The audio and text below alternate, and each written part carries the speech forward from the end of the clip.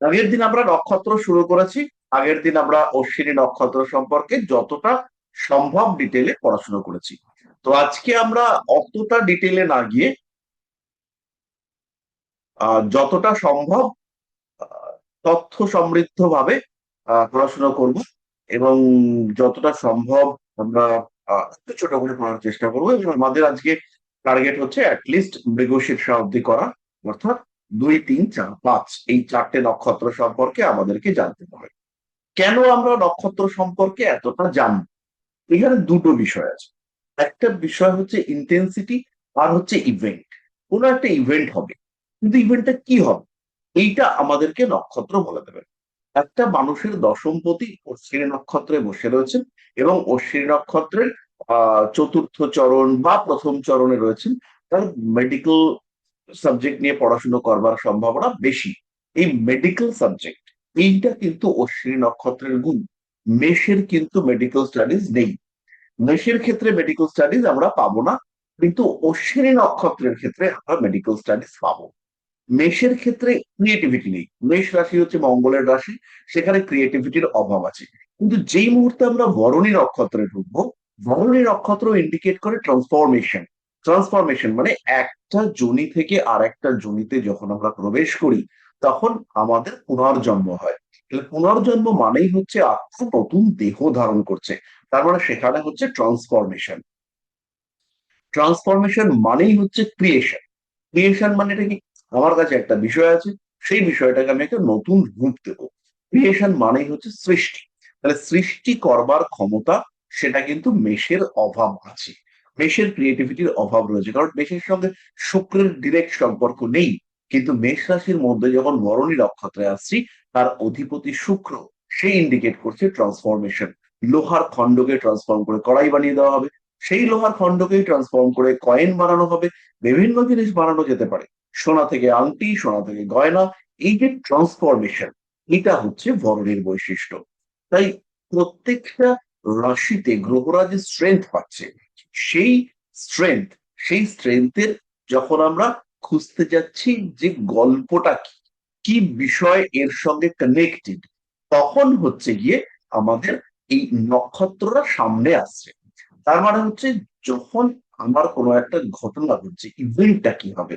যেমন একটা মানুষ, সে টিচার হতে পারে, ডাক্তার হতে পারে, অন্য কিছু হতে পারে, বিজনেস করতে পারে, কিন্তু এক্স্যাক্টলি কোন দিকে তার ট্রেন্ড, সেটাকে আইডেন্টিফাই করতে গেলে আমাদেরকে নক্ষত্র লাগছে।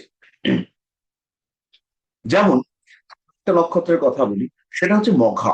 মঘা নক্ষত্র ইন্ডিকেট করে বড় বিল্ডিং, বিশাল অট্টালিকা।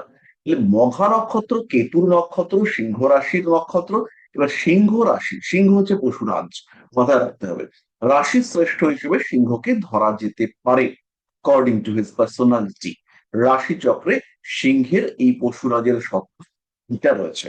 এবং সিংহ রাশিকে, সিংহের মানুষজনকে অবশ্য, যাকে বশ করা যায় না, সেই ধারণা, সেই কোয়ালিটি দেওয়া হয়েছে।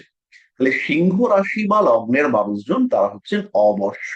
তাহলে সিংহ রাজা, রাজার থাকার জায়গা, সেইটা ইন্ডিকেট করছে মঘা নক্ষত্র।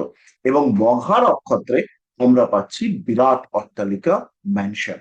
তাহলে যদি কারোর চতুর্থপতি মঘা নক্ষত্রে থাকে, তাহলে সেই মানুষটার একটা বাড়ি তৈরি করার, বড় বাড়ির প্রতি শক্তি সেটা থাকবে, বা বংশগতভাবে পৈতৃক সম্পত্তিতে বিশাল বড় বাড়ি থাকবে, এটা দেখতে পাওয়া যাবে।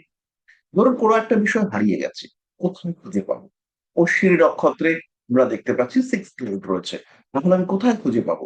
অশ্বিনী নক্ষত্র হচ্ছে গিয়ে মুভমেন্টের জায়গা, যেখানে হচ্ছে গিয়ে ঘোড়া থাকে। তো এখন তো আর ঘোড়া নেই, বলতেন কি গাড়ি, গাড়ি চলাচলের জায়গা, বা গাড়ি রাখার জায়গা, আস্তাবল, ঘোড়ার পথ। তাহলে গাড়ি চলার পথ, গাড়ি রাখার জায়গা, গ্যারাজ, রাস্তা, এই সমস্ত জায়গাতে আমরা সেই জিনিসটাকে খুঁজে পেতে পারবো। তাই কোনো একটা বিষয়কে যখন একটা মাত্রা দিতে হবে, যখন তার সঙ্গে কাহিনী অ্যাড করতে হবে, গল্প অ্যাড করতে হবে, তখন নক্ষত্র উঠবে। মেষ রাশিতে রবি রয়েছে, উচ্চস্থ রবি, প্রচন্ড বলবান। কিন্তু কি ঘটবে, এই ঘটবে কোন ঘটনাটা, সেইটা বলবে নক্ষত্র। সুতরাং নক্ষত্র কেন ইম্পর্টেন্ট, সেটা আমরা বুঝি। তাহলে এবার আমরা চলে আসবো আমাদের আজকের নক্ষত্র মানে ভরণী নক্ষত্রে। ভরণী নক্ষত্রের চিহ্ন আমরা ইতিমধ্যেই বলেছি, সেটা হচ্ছে যোনি, অর্থাৎ যেখান থেকে জীব তার প্রাণ প্রাপ্ত হয়, যেখান থেকে জীবের জন্ম হয়, সেটা হচ্ছে ভরণী। এবং ভরণী নক্ষত্রের মাধ্যমেই পৃথিবীতে প্রাণের প্রতিষ্ঠা, জীবের উৎপত্তি আমরা দেখতে পাই। তাই ভরণী নক্ষত্র আমাদের কনস্টিলেশন, ট্রান্সফরমেশন, রূপান্তরণ, তার নক্ষত্র হচ্ছে ভরণী। এইটা মাথায় রাখতে হবে, কঠিন বিষয়। ভরণ শব্দটার অর্থ হচ্ছে মানুষকে পূর্ণ করা, মানুষকে পোষণ করা, লালন পালন করা, রক্ষণাবেক্ষণ। তাহলে ভরণী শব্দের আক্ষরিক অর্থ হচ্ছে পালনকর্তা। তাই ভরণী নক্ষত্রের সঙ্গে বস, বাবা, স্বামী, এই সমস্ত লোক যার কাছে আমি আছি, এটা হতেই পারে যে আমি আমার বউয়ের কাছে থাকি, মানে সেটাও কিন্তু ভরণী নক্ষত্রে আসবে। যার উপর আমি ডিপেন্ডেন্ট, যার অর্থে আমি খাওয়া দাওয়া করি বা যার টাকা পয়সা নিয়ে আমার চলছে, সেই মানুষটা হচ্ছেন ভরণী নক্ষত্র। এর চিহ্ন আমরা প্রথমেই বললাম যোনি। যোনি ইন্ডিকেট করে সৃষ্টির পথ। আর ভরণী নক্ষত্রের দেবতা তিনি হচ্ছেন যম, যমরাজ। তিনি মানুষের মৃত্যুকে ইন্ডিকেট করেন এবং তিনি মৃত্যুর পরে পুণ্যের হিসেবের একটা ব্যবস্থা করেন। মৃত্যুর থেকেও এই পুণ্যের হিসেব করা, এইটা তার ক্ষেত্রে বেশি ইম্পর্টেন্ট। তিনি প্রারব্ধ, পূর্ব পুণ্য বা বর্তমান পুণ্য, অর্জিত পুণ্য, এই সমস্তের মধ্যে একটা ব্যালেন্স ক্রিয়েট করবার চেষ্টা করেন। এবং এই কারণেই তার নাম হচ্ছে ধর্মরাজ। এই ওয়ার্ডটা মাথায় রাখতে হবে, ধর্ম এবং রাজ। মাথায় রাখতে হবে ধর্ম, এই শব্দটাও যেমন ভরণীর সঙ্গে কানেক্টেড, তেমনি রাজ, নেতৃত্ব, লিডারশিপ, এটাও ভরণীর সঙ্গে কানেক্ট। সাধারণত ভরণী নক্ষত্রের মানুষরা সিস্টেম্যাটিক, এরা পূর্ব পরিকল্পিত পথে চলতে ভালোবাসে। এরা বিলাসী, সুখ এবং সমৃদ্ধি যুক্ত, রাগী প্রকৃতি। এরা কিন্তু কথায় কথায় প্রচন্ড রেগে যায়। এরা সাধারণত আমরা দেখতে পাই যে পূর্বপুরুষের কৃপার কারণে এরা গণ্য হয়ে থাকেন। জেনারেলি দেখতে পাওয়া যায়, যদি কারোর নবমপতি ভরণী নক্ষত্রে থাকে এবং বিংশাংশ কুণ্ডলী, যেটা দিয়ে পিতামাতা বিচার করা হয়, সেই কুণ্ডলীতে লগ্ন বলবান হয়। আরেকবার বলি, ভরণী নক্ষত্রে যদি নবমপতি থাকে এবং যদি বিংশাংশ কুণ্ডলীতে লগ্ন বলবান হয়, সেই ক্ষেত্রে সেই জাতকের কিন্তু সৎবংশ, উচ্চ বংশে জন্মের সম্ভাবনা দেখতে পাওয়া যায়। ভরণী নক্ষত্রের সঙ্গে মাংসাশী প্রাণী, মাংসভোজী ব্যক্তি, এদেরকে নির্দেশনা আমরা ভরণী থেকে পাই। এদের বৈশিষ্ট্য হচ্ছে হিংস্রতা, দংশন, কামড়ে দেওয়া করা, নীতিবোধের অভাব, হত্যা করবার চেষ্টা, জেল, হাজতবাস, এই সমস্ত বিষয়গুলো ভরণী নক্ষত্রের সঙ্গে কানেক্টেড। এটা স্ত্রী প্রকৃতির নক্ষত্র। এর অধিপতি তিনি হচ্ছেন শুক্র। ভরণী নক্ষত্রের দেবতা তিনি হচ্ছেন যম বা ধর্মরাজ। এর তত্ত্ব হচ্ছে অগ্নিতত্ত্ব, আর উপাদান হচ্ছে ধাতব উপাদান। ভরণী নক্ষত্রের অ্যাক্টিভেশন এজ, যে সময় ভরণী নক্ষত্রে স্থিত গ্রহরা বড়সড় ফল দিয়ে দিতে পারে। দ্বিতীয়বতী ভরণীতে এসে রয়েছে, ঝপ করে একটা টাকা পেলাম, কোন সময় পেতে পারি? অ্যাক্টিভেশন এজ হচ্ছে 28, 33 এবং 51। 28, 33 এবং 51 এই বছরগুলোতে ভরণী নক্ষত্রের অ্যাক্টিভেশন, এটা ম্যাক্সিমাম হতে দেখতে পাওয়া যায়। ভরণীর চারিত্রিক বৈশিষ্ট্য হচ্ছে ভরণী পরিণত, ঝাত সহ, ঝামেলাটা বলা হলে ভরণী নিতে পারে, সৃজনশীল। এবং ভরণের আরেকটা ভীষণ গুরুত্বপূর্ণ বিষয় হচ্ছে, ভরণীর কাছে কাছে কিছু গোপন তথ্য থাকে। ভরণী মানুষের সঙ্গে তার কথাবার্তা শেয়ার করতে চায় না, করে না। তাহলে যদি দেখতে পাওয়া যায় কোনো একজন জাতকের পঞ্চমপতি ভরণী নক্ষত্রে গিয়ে উপস্থিত হয়েছে, তাহলে আমরা কি বলবো? যে এই মানুষটা কিন্তু গোপনীয়তা পছন্দ করে। এই মানুষটার মধ্যে কিন্তু কিছু না কিছু বিষয় গোপন রাখার মানসিকতা আছে। ও সব কথা করবে না। এরা সাধারণত পরিবর্তন পরিবর্তন পছন্দ করে। যে ওয়ার্ডটা আমরা ইউজ করলাম, ট্রান্সফরমেশন, একটা রূপ থেকে আরেকটা রূপে পরিবর্তন, এরা পছন্দ করে যৌনতা, এবং এদের মধ্যে সেই ক্ষমতা থাকে যে এরা পার্টনারকে হ্যাপি করতে পারে। কখনো কখনো ভরণী ভীষণ ত্যাগী হয়ে যায়। ভরণীর মধ্যে গভীর সাধনা করবার ক্ষমতা দেখতে পাওয়া যায়। হতেই পারে কোনো একজন মানুষের নবমপতি ভরণের নক্ষত্রে রয়েছে, তার বাবা একজন সাধক বা উচ্চমানের তান্ত্রিক, এটা হতে পারেন, এটা হওয়ার সম্ভাবনা রয়েছে।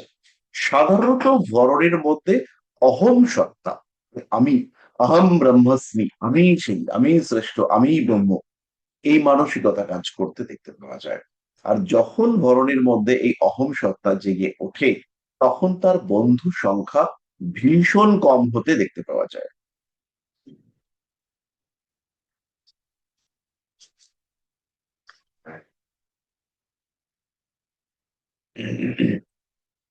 সাধারণত ভরণী নক্ষত্রে কতগুলো বিশেষ ঘটনা ঘটলে পরে কিছু ফল রয়েছে।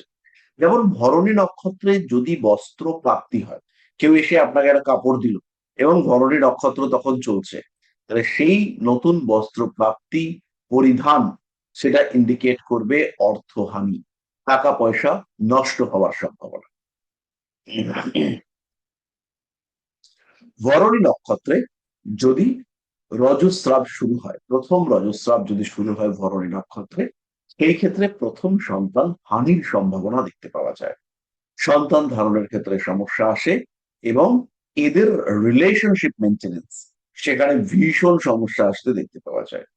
এদের জীবনের বৈশিষ্ট্য হচ্ছে প্রতিবন্ধকতা, এবং পরবর্তীকালে গাইনো প্রবলেম এদের ক্ষেত্রে হবে, মানে জ্যোতিষ সম্পর্কিত ইয়ে অনুযায়ী হবেই, মোটামুটি মিস নেই। আবার ভরণী নক্ষত্রে যদি কোনো জাতক বা জাতিকার শ্রাদ্ধ করা হয়, যিনি এই শ্রাদ্ধ করছেন বা যার শ্রাদ্ধ করা হলো, যিনি শ্রাদ্ধ করছেন তার ক্ষেত্রেও ভাগ্য লাভ, যার শ্রাদ্ধ করা হলো তারও পরজন্ম বা পরবর্তী জন্ম সেটা ভাগ্যযুক্ত হতে দেখতে পাওয়া যায়।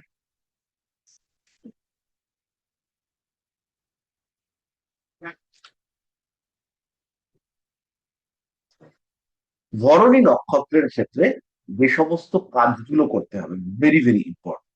প্রথম হচ্ছে গিয়ে আক্রমণ, ঝামেলা করতে যাবো, ভরণী নক্ষত্রটাকে চুজ করবো। মানুষকে মারতে যাবো, ভরণী নক্ষত্রকে চুজ করবো।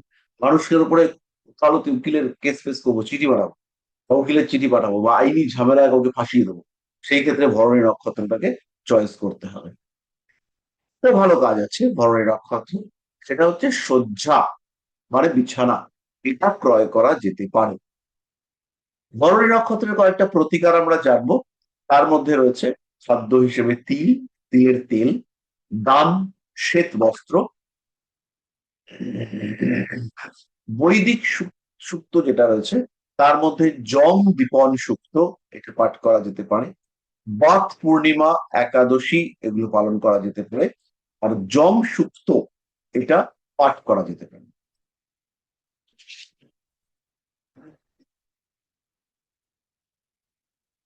স্যার জম সুক্ত? যম যম সুক্ত মানে হচ্ছে ওই শিব সুক্ত, সুক্ত মানে হচ্ছে স্তোত্র টাইপের। আচ্ছা। এবার আমরা কয়েকটা স্পেসিফিক প্রেডিক্টিভ টেকনিক নিয়ে জানবো। আজকে আপনারা লেখার চেষ্টা করবেন না, লেখা সম্ভব নয়, আমাদেরকে একটু ঝড়ের গতিতে যেতে হবে। দুবার ভিডিও দেখে নেবেন, মাথায় ঢুকে যাবে। ভরণী নক্ষত্রের বৈশিষ্ট্য হচ্ছে পরিবর্তন কর্মের ক্ষমতা। বিয়ে করেছেন, শ্বশুর বাড়িতে বিশাল গন্ডগোল, এইবার দেখা যাচ্ছে যে আপনার ষষ্ঠপতি সে ভরণী নক্ষত্রে রয়েছে, এবং তার সঙ্গে সপ্তম ভাবের কোনো একটা সম্পর্ক হয়েছে। তার মানে আপনার এই বিবাহিত জীবনের পরিবর্তন ঘটাতে পারে আপনার মামা, কিংবা আপনার কোনো শত্রু। আপনার শত্রুকে, যিনি হচ্ছেন আপনার বর কিংবা আপনার বউয়ের প্রেমিক অথবা প্রেমিকা, ওই শত্রুকে অ্যাক্টিভেটেড করতে হবে, তাহলে আপনার এই ম্যারেড লাইফের ট্রান্সফরমেশন হতে পারে। এবং ষষ্ঠপতি তিনি ভরণী নক্ষত্রে অবস্থান করে রয়েছেন। তার আগেই আমরা বললাম গোপনীয়তা, উত্থান পতন, শাস্তি, দ্রুত শাস্তি, ভুল শাস্তি, এগুলো সব ভরণের মধ্যে রয়েছে। কার্মিক আদান প্রদান ভরণের বৈশিষ্ট্য, গভীর জ্ঞান আহরণের প্রচেষ্টা, খেয়াল রাখতে হবে এই যে যোনি ওয়ার্ড, এইটা কিন্তু তীব্র সাধনার সঙ্গে কানেক্টেড। আমাদের একটা মুদ্রা রয়েছে যোনি মুদ্রা, সেই মুদ্রাটাও বিভিন্ন সময় ব্যবহার করা হয়, এবং যোনি ওয়ার্ডটাই খেয়াল রাখতে হবে, এটা কিন্তু সাধন মার্গের সঙ্গে কানেক্টেড। যোনি অর্থাৎ যৌন মিলনের অঙ্গ, আর যোনি মানে হচ্ছে প্রবল নিয়ন্ত্রণের ক্ষমতা। এই ধরনের মানুষগুলোর মধ্যে পুনর্জন্মবাদী বিশ্বাস দেখতে পাওয়া যায়। যদি রাহু কেতু শনি এরা ভরণী নক্ষত্রে কারোর জন্মকুণ্ডলিতে থাকে, তাহলে সে কিন্তু পূর্বজন্মের স্মৃতি বহন করার একটা মানসিকতা নিয়েই জন্মায়। বৃহস্পতিও কিন্তু পূর্বজন্মের স্মৃতির কন্টিনিউয়েশন এটা দেওয়ার চেষ্টা করে।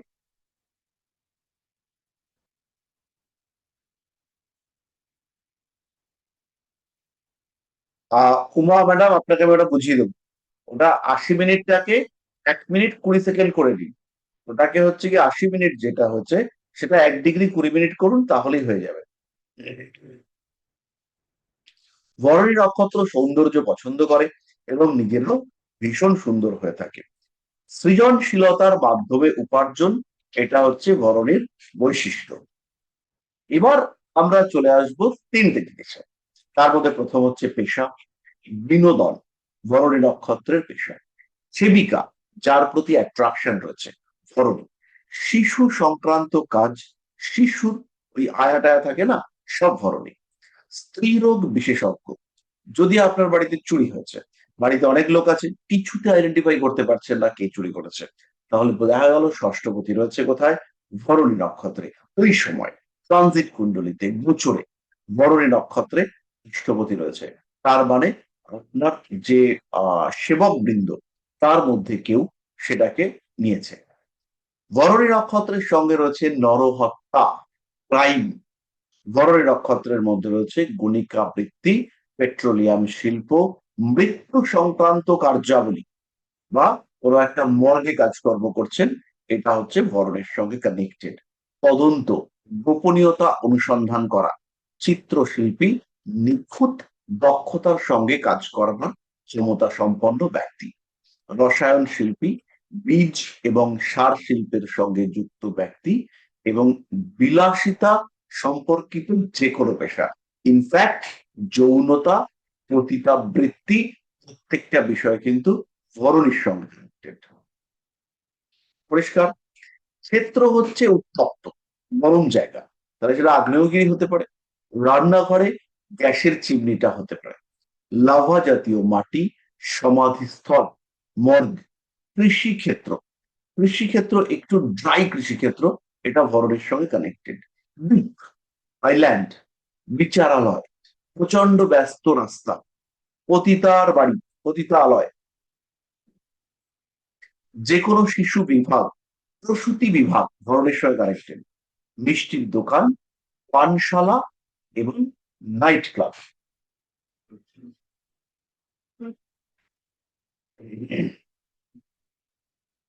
এই জায়গাগুলো ভরণী নক্ষত্রের সঙ্গে কানেক্টেড। এগুলো আমাদের কোনো বিষয়ের উৎস খুঁজে বার করতে কাজে লাগবে। এবার আমরা একটুখানি বৈদিক কাহিনী দেখে নেব।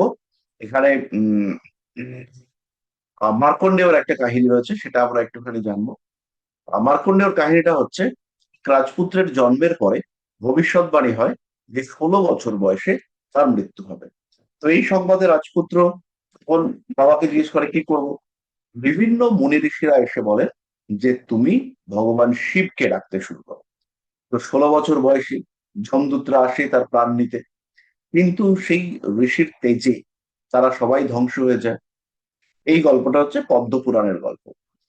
তখন ভগবান, আহ ভগবান নয়, যমরাজ, উনি এই শিশুকে হত্যা করবার জন্য তার পাশ নির্ধারণ ক্ষেপণ করেন। পাশ হচ্ছে যমরাজের অস্ত্র। তো এই পাশ ক্ষেপণ করা, এই যে জমে মানুষে টানাটানি, ও বলছে আমি মরবো না, মানে জম বলছে তোকে মেরেই ছাড়, এই যে ওয়ার্ডটা জমে মানুষে টানাটানি, এই ব্যাপারটা এখানে কানেক্টেড। তো পাশ ছুড়ে বেড়েছে, জম পড়ে যাবেই, এমন সময় ভগবান শিব সেই পাশকেও ব্যর্থ করে দেন, এবং এই যে পাশ, সেই পাশ নষ্ট হয়ে যায় এবং জমের উপরে তার আক্রমণ হয়। তো তখন দেবতারা দেখতে পারে তো ভয়ঙ্কর ব্যাপার, তখন যমকে বলা হয় যে ঠিক আছে তুমি ওকে এখন আর মেরো না, ওকে পরে দেখা যাবে, এখন তোকে বাঁচিয়ে রেখো। তখন যম রাজি হয়, জাতক দীর্ঘ জীবন লাভ করে, তার নাম হয় মার্কণ্ডেয়। এবং আমাদের এই যে মহামৃত্যুঞ্জয় মন্ত্র, এই মহামৃত্যুঞ্জয় মন্ত্র অর্থাৎ ওম ত্র্যম্বকম যজামহে সুগন্ধিম পুষ্টিবর্ধনম উর্বারুকমিব বন্ধনান মৃত্যুর্মোক্ষীয়মামৃতাৎ, এই মন্ত্রের রচয়িতা তিনিও কিন্তু মার্কণ্ডেয়। যমের সঙ্গে কানেক্টেড আরেকটা কাহিনী রয়েছে, সেটা হচ্ছে এই এই জায়গাটাতে আমরা কি পেলাম, এই এই কাহিনীটার মধ্যে আমরা পেলাম দৈব নির্দেশনা। সবকিছুর ওপরে দেবতা, সবকিছুর ওপরে ভগবান শিব, তার ইচ্ছা, ত্রিদেব তাদের ইচ্ছা, এই বিষয়টা আমরা এখানে পেলাম। নেক্সট আমরা কি পেলাম, সেটা হচ্ছে একটা ভয়ঙ্কর যুদ্ধ, যেখানে জমে মানুষের টানাটানি হয়েছে। এখানে আমরা কি পেলাম, অস্ত্র নিক্ষেপ, চাক, সেটা আমরা পেলাম। আর আমরা কি পেলাম, আর আমরা পেলাম তীব্র সাধনা। তাহলে এই প্রত্যেকটা বিষয় ফরওয়ার্ড নক্ষত্রের সঙ্গে কানেক্টেড।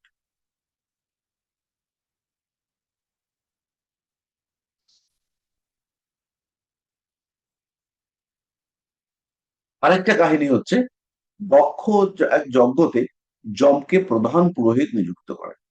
এই যজ্ঞ চলতে থাকে দীর্ঘকাল ধরে। এখনকার দিনে যজ্ঞ শুরু হলে পরে সেই যজ্ঞ আর শেষ হতো না, হয়তো দেখা গেল 3 মাস 4 মাস ধরে যজ্ঞ চলছে, চলছে। এর ফলে মৃত্যু, এটা তো বন্ধ হয়ে গেল। যমরাজ মৃত্যুর দেবতা, তিনি মৃত্যু দণ্ড দেওয়া বন্ধ করে দিলেন, তার আর মৃত্যু দেওয়ার ব্যাপার নেই, তিনি তো পুজো করছেন।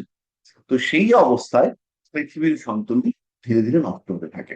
জন্ম জন্ম হচ্ছে কিন্তু মৃত্যু হচ্ছে না, এবং যাদের মৃত্যুর কাল চলে যাচ্ছে তাদের পরবর্তীকালে মৃত্যুদান, এটা মুশকিল হচ্ছে। তো এইরকম অবস্থায় দেবতারা যমকে গিয়ে অনুরোধ করে যে আপনি আপনার দায়িত্ব পুনরায় পালন করুন, তাহলেই আবার সমাজ ঠিকঠাক থাকবে। তাই এখানে সন্তুলন এবং দায়িত্ব, এই দুটো কিন্তু ভরণের নক্ষত্রের সঙ্গে কানেক্টেড। সুতরাং ভরণী নক্ষত্রের ক্ষেত্র, তার প্রেডিক্টিভ টেকনিক, তার কোয়ালিটি, তার পরিবর্তনশীলতা, তার ট্রান্সফরমেশন পাওয়ার, এই সমস্ত সম্পর্কে আমরা জানতে পারলাম। তো প্রেডিকশন কিভাবে করা হয় সেই সম্পর্কেও আমরা সাধারণ ধারণা দিয়েছি। তো এবার আমরা চলে আসবো কৃতিকা নক্ষত্রে। তার আগে সৌমিক বাবু হাত তুলেছেন, বলুন।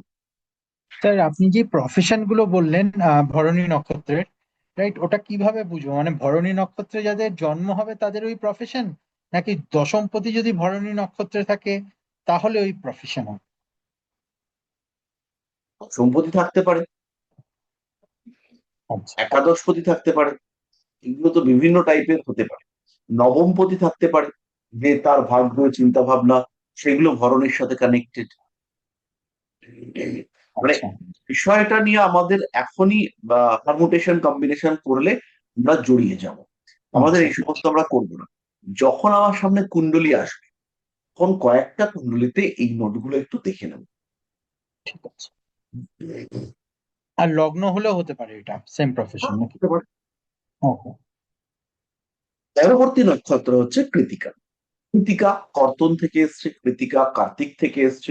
কৃত্তিকা, এই শব্দটার মধ্যে দুটো শব্দ রয়েছে, একটা হচ্ছে কীর্তি এবং, অর্থাৎ পার্সোনাল ব্যক্তিগত কীর্তি, এই ব্যাপারটা এই কৃতিকা নক্ষত্রের সঙ্গে কানেক্টেড। কৃতিকা নক্ষত্রের সঙ্গে গতিশীলতা, চক্র মুভমেন্ট বা যানবাহন, এই বিষয়গুলো কানেক্টেড রয়েছে। কৃতিকা নক্ষত্রের সঙ্গে শক্তির হস্তান্তর কানেক্টেড। কৃতিকা নক্ষত্রের মধ্যে রয়েছে বিচ্ছিন্নতা, কোনো একটা বিষয়ে পরিপূর্ণতার পরে বিচ্ছিন্নতা, এই বিষয়টা কৃতিকা থেকে আসে। কিরকম, জন্ম হলো, নাভির রজ্জুটা কাটতে হবে, কাটার জন্য ওই যে যন্ত্রটি, এটাই হচ্ছে কৃতিকা। এর দেবতা তিনি হচ্ছেন অগ্নিদেব। বরণের দেবতা তিনি হচ্ছেন যম।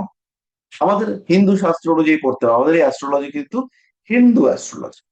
তাহলে যমরাজ তার কাজ করবার পরে কোন কাকে ডাকা হবে, অবশ্যই অগ্নিদেব, কারণ দাহ করতে হবে। ষোড়শ সংস্কারের শেষ সংস্কার দাহ, তাহলে সেই দাহ করতে হবে এবং পূর্ববর্তী দেবতা বা পূর্ববর্তী নক্ষত্রের দেবতা তিনি হচ্ছেন যম। যমের কার্যের পরেই অগ্নি দেবতার কাজ শুরু হবে। অর্থাৎ এই নক্ষত্রগুলো পরপর একে একে সামাজিক রীতিনীতি এগুলোকে নিয়ন্ত্রণ করে। অগ্নি নির্দেশ করে বিশুদ্ধতা। অগ্নি হচ্ছে গিয়ে পিওর। কারণ যে কোনো জিনিস, যেমন খনিজ থেকে আমরা মূল ধাতুটাকে বার করে নেবো, ঠিক জ্বালা। তুমি একটা সোনার জিনিসপত্র সোনার দোকানে নিয়ে গেলে পরে বলবে এটা বেচবো, সোনার দোকানদার কি বলবে? আচ্ছা গালিয়ে দেখি। গালিয়ে মানে কি? তাপ দিয়ে গলিয়ে ফেলবে, দগ্ধ করবে। সুতরাং এই বিশুদ্ধতা এর সঙ্গে কিন্তু অগ্নির একটা সম্পর্ক রয়েছে। অগ্নি যে বিশুদ্ধতার কারক, এই ব্যাপারটাতে আমরা রামায়ণে এর একটা কনসিকুয়েন্স পাই। কিরকম ব্যাপারটা?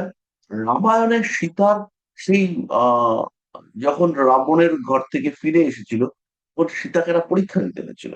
তার নাম হচ্ছে অগ্নি পরীক্ষা। সীতাকে কিন্তু জল পরীক্ষা, মাটি পরীক্ষা এসব দিতে হয়নি, আকাশ পরীক্ষা। সীতাকে দিতে হয়েছিল অগ্নি পরীক্ষা। অগ্নি পরীক্ষা মানে হচ্ছে গিয়ে আগুনের মধ্য দিয়ে তাকে পাস করতে হবে। এবং তার মধ্যে সে যদি বেঁচে থাকে তাহলে সে পিওর। অগ্নি হচ্ছে সিম্বল অফ পিওরিটি। আমরা সবাই জানি যে তাপ দিলে পরে জল বিশুদ্ধ হয়ে ওঠে, পাতিত জল। তার মানে অগ্নির ক্ষমতা রয়েছে কোনো বিষয়কে তার উত্তাপের মাধ্যমে শুদ্ধ করা বা শুদ্ধিকরণ করবার। খেয়াল রাখতে হবে, অগ্নি হচ্ছে গিয়ে শক্তির প্রাথমিক প্রকাশ। একদম সেই প্রাগৈতিহাসিক যুগে যখন মানুষ, হনুমান থেকে মানুষ হলো, সেই সময় তারা কি করলো? নিজের নিরাপত্তার জন্য প্রথমে অগ্নিকে নিল। নিরাপত্তার জন্য জল টলকে তারা নেয়নি, তারা নিরাপত্তার জন্য নিচ্ছে অগ্নিকে। অগ্নি নির্দেশ করে নিরাপত্তা, এবং শক্তির প্রত্যক্ষ প্রকাশ হচ্ছে অগ্নি।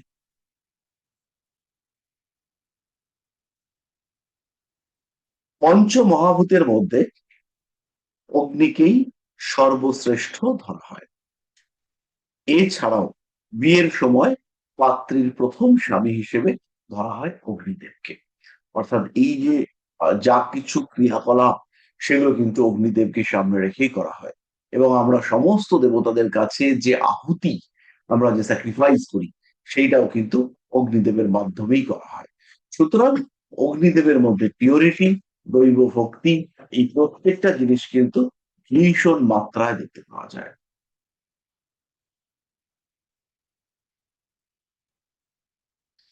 খেয়াল রাখতে হবে, ভগবান বিষ্ণুর চারজন অবতার, তার মধ্যে রয়েছেন কুর্ম, নৃসিংহ, পরশুরাম এবং বুদ্ধ।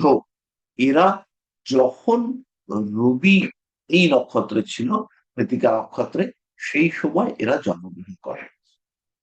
কৃতিকা নক্ষত্রের লেন্থ হচ্ছে গিয়ে 3 ডিগ্রি 20 মিনিট, মেষ রাশির শেষ 3 ডিগ্রি, মানে 26 ডিগ্রি 40 মিনিট মেষ থেকে, তারপরে 10 ডিগ্রি বৃষ পর্যন্ত। অর্থাৎ কৃতিকা নক্ষত্রের মধ্যে আমরা দুটো রাশি দেখতে পাই। তার মধ্যে প্রথমটা হচ্ছে সিংহ, প্রথম 3 ডিগ্রি, সরি মেষ, প্রথম 3 ডিগ্রি 20 মিনিট। আর পরের টুকু, লাস্টের টুকু, শেষ 10 ডিগ্রি, সেটা হচ্ছে বৃষ। এবং সেখানে অধিপতি লাস্ট 10 ডিগ্রি, তিনি হচ্ছেন, সেই অংশটা গিয়ে পড়েছে বৃষ রাশি। বেশ।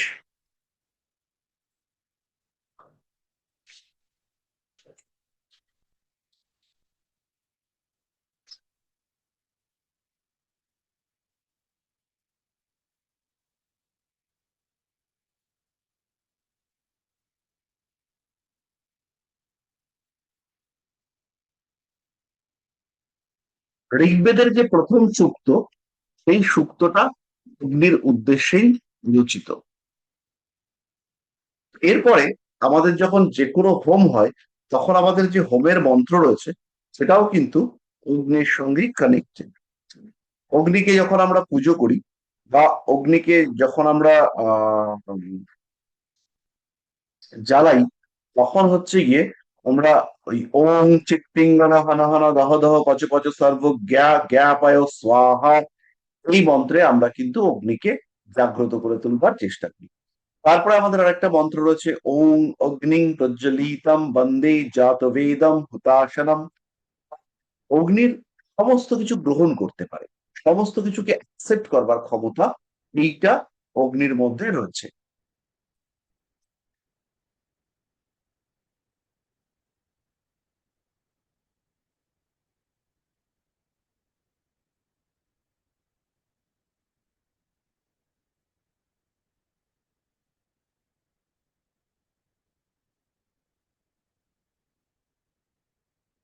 এবং যে কোনো হোমের সময় অগ্নির পূজা আগে করা হয় এবং একটি পঞ্চ উপাচার বা ষোড়শ উপাচার অগ্নির পূজা করা হয়।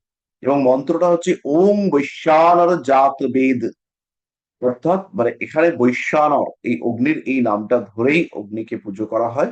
ইহাবহ লোহিতক্ষ সর্বকর্বাণি সাধয় স্বাহা, তারপরে হচ্ছে গিয়ে যা বলবার বলা হয়। তো এই যে বৈশ্বানর, এটা অগ্নির আরেকটা নাম। এবং সর্বগ্রাসী সত্তা, সেটা কিন্তু আমরা অগ্নির মধ্যে দেখতে পাই। মান্ডুক্য উপনিষদ, সেইখানে বলা হচ্ছে আমাদের চেতনার যে চারটি সত্তা, তার মধ্যে প্রথম সত্তাটা নাম হচ্ছে বৈশ্বানর। এবং এই অবস্থায় আমাদের শরীরের 7টি অঙ্গ এবং 19টি ছিদ্র থাকে। এবার খেয়াল করে দেখুন, এই 7 আর 19 এটা যোগ করলে হবে 26। এটাই হচ্ছে কৃতিকা বাদ দিয়ে অবশিষ্ট নক্ষত্রের সংখ্যা।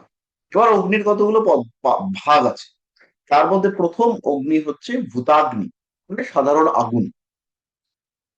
এরপর হচ্ছে কামাগ্নি, কামাগ্নি মানে হচ্ছে সেই আগুন, চাহিদা। এরপর হচ্ছে জঠর আগ্নি, পেটে খিদে পেয়েছে। তারপরে হচ্ছে জ্ঞানাগ্নি। লাস্ট হচ্ছে গিয়ে বারবাগ্নি। বারবাগ্নি হলো সমালোচনা, অর্থাৎ একজন মানুষ আরেকজন মানুষকে সমালোচনা করতে করতে তাকে জ্বালাচ্ছে, তাকে দগ্ধ করছে। এই বিষয়টা অগ্নির সঙ্গে কানেক্টেড। আমরা বলি মাঝে মাঝে, আর জ্বালাস না তো। কৃতিকা নক্ষত্রের সঙ্গে কানেক্টেড যে জাগতিক বিষয়গুলোকে আমরা দেখতে পাই, তার মধ্যে রয়েছে শ্বেত পুষ্প, সাদা ফুল, অগ্নির উপাসনা স্থান বা অগ্নির উপাসক, মন্ত্র, নিয়ম, নিয়ম বা সিস্টেম, ব্যাকরণ, গ্রামার, প্রসেস, সেটা যেটা মেনটেন করা হয় সেটা অগ্নির সাথে কানেক্টেড। শনি, ব্রাহ্মণ, সৌরকার, সৌরকারকে যে রেজার ইউজ করে সংস্কারপন্থী মানসিকতা, উগ্র ব্যক্তিত্ব, কুমোর, কুমোর কেন, যে হচ্ছে গিয়ে ওই মাটির ভাঁড় তৈরি করে, তার কিন্তু পোড়াতেও হয়, মাটির দিয়ে ভাঁড় তৈরি করবার পরে সেগুলোকে পুড়িয়ে লাল করতে হয়। পুরোহিত, শ্রবণকারী, যজ্ঞের পুরোহিত কে হোতা বলা হয়। এবং আলটিমেটলি জ্যোতিষ চর্চাকারী।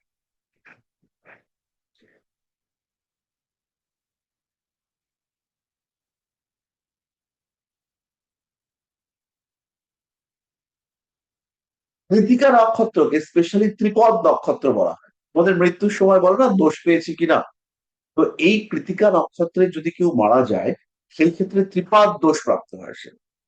এবং এই ত্রিপাদ দোষপ্রাপ্ত হওয়ার কারণে সেই মানুষের মৃত্যুর সময় যথেষ্ট বড়সড় ক্রিয়া করতে হয়। কৃতিকা নক্ষত্রের দেবতা হচ্ছেন অগ্নি। কৃতিকা নক্ষত্রের তারা 6টি, পুরুষ এর প্রকৃতি, এটা বহু সংখ্যাকে ইন্ডিকেট করে, প্রচুর মানুষজন, যেমন চুল উঠে যাচ্ছে, ঝাঁকে ঝাঁকে চুল উঠে যাচ্ছে, এটা কৃতিকা নক্ষত্রে আসতে পারে।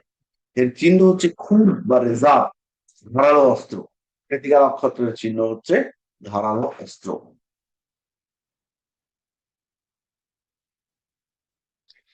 এই কৃতিকা নক্ষত্রের পেশা হচ্ছে গিয়ে উপদেশ, নলেজ শেয়ার করা। এর অবস্থা হলো প্রলয়। কর্ম বা পেশা হচ্ছে মূলত উপদেষ্টা, শিক্ষকমূলক উপদেশ কাজকর্ম। এর তত্ত্ব হচ্ছে অগ্নিতত্ত্ব, এর প্রকৃতি ধাতু প্রকৃতি।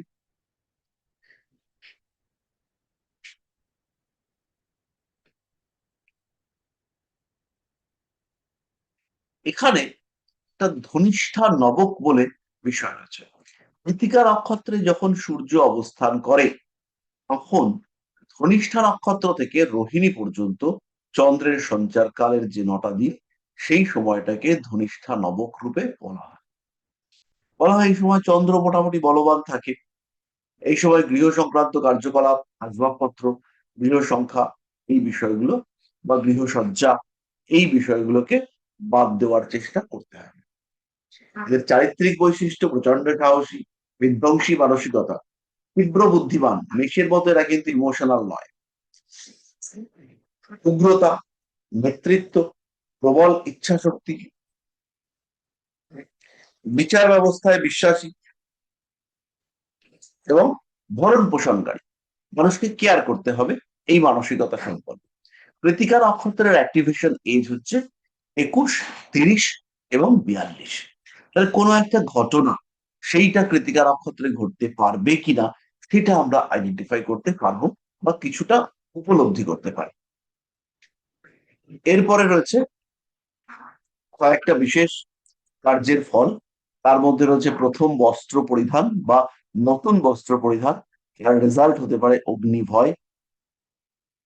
প্রথম রজস্রাব, তার রেজাল্ট সন্তানের স্বাস্থ্যহানি। পুরুষদেরকে আকর্ষণ করবার ক্ষমতা। আর এই কৃতিকা নক্ষত্রে যদি শ্রাদ্ধ করা হয় সেই ক্ষেত্রে অবশ্যই জাতক বা জাতিকার পুনর্জন্ম এটা হওয়ার সম্ভাবনা তৈরি হয়।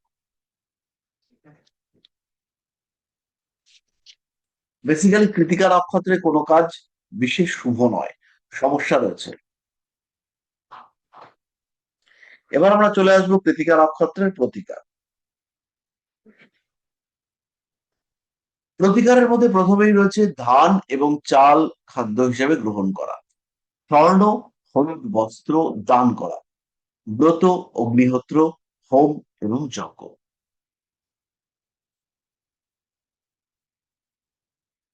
আর স্তোত্র হচ্ছে অগ্নি সূক্ত। এবার আমরা পেশাতে চলে আসি। পেশা হচ্ছে নেতা, ম্যানেজার, শিক্ষক, শিক্ষাবিদ, বিচারক, চিকিৎসক, শল্য চিকিৎসক, রত্ন ব্যবসায়ী, কেমিস্ট বা রসায়ন বিশেষজ্ঞ। মানসিক ক্ষেত্রে ব্যবস্থাপক, মনোবিদ, চুল্লির নির্মাতা, মানে বড় বড় চুল্লি, সেই চুল্লি নির্মাণ এবং মেনটেন্যান্সে কাজ করে। রান্নার বাসনপত্র, অগ্নি সংক্রান্ত ক্রিয়াকলাপের সাথে যুক্ত ব্যক্তি এবং লাস্টলি হচ্ছে যজ্ঞের পুরোহিত। এছাড়াও কর্মকার, সূচি শিল্প মানে সূচের কাজ যারা হাতে করে করেন তাদের ক্ষেত্রে এই কৃতিকা নক্ষত্রকে টিপ দেখতে পাওয়া যায়। এবার হচ্ছে ক্ষেত্র, আমার চাকরি হবে কোথায়? কৃতিকা নক্ষত্র চাকরিকে ইন্ডিকেট করছে, মানে চাকরি হবে কোথায়? চাকরি হতে পারে উষ্ণ ক্ষেত্র, মরুভূমি, শুষ্ক বন্ধুর জমি, আগ্নেয়গিরি, কৃষিক্ষেত্র, ক্রীড়ক্ষেত্র, কারখানা, সরকারি ভবন, শিল্পাঞ্চল, রান্নাঘর, এই সমস্ত জায়গাগুলো কিন্তু কৃতিকা নক্ষত্রের ক্ষেত্র। তবে মানুষ হিসেবে এই ক্ষেত্র পরিবর্তিত হতে হবে।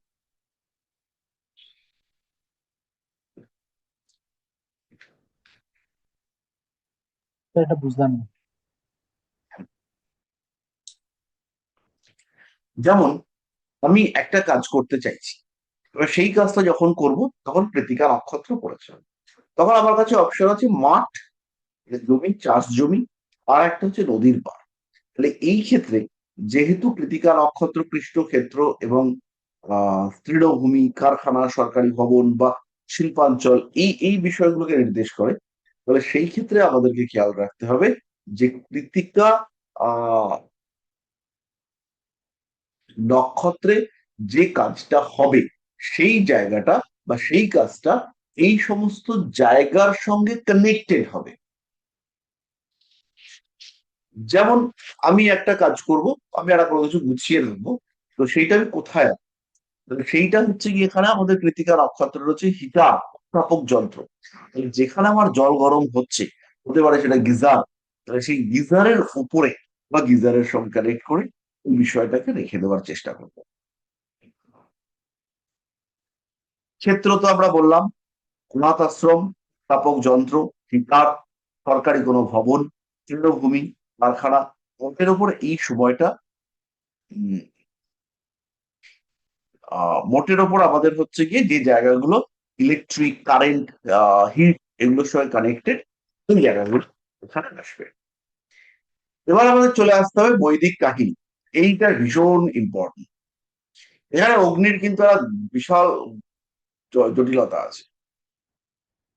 একদিন সপ্তর্ষি তাদের স্ত্রী সমেত যজ্ঞ করছে, এবং এই যজ্ঞ করার মাধ্যম হচ্ছে অগ্নি।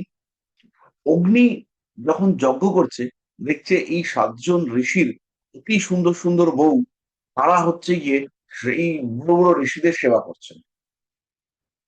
তো এই 7 ঋষির বউদের দেখে অগ্নি কামাবিষ্ট হয়ে পড়ে। ও তখন তিনি অগ্নি রূপে, বাড়িতে তো মশাল এই সমস্ত জ্বালানোই হচ্ছে, সেই রূপে তাদের বাড়িতে গিয়ে উপস্থিত হন। উপস্থিত হয়ে এই ঋষি পত্নীদেরকে দেখতে থাকেন। দেখতে দেখতে তার হচ্ছে গিয়ে সমস্যা সৃষ্টি হয়।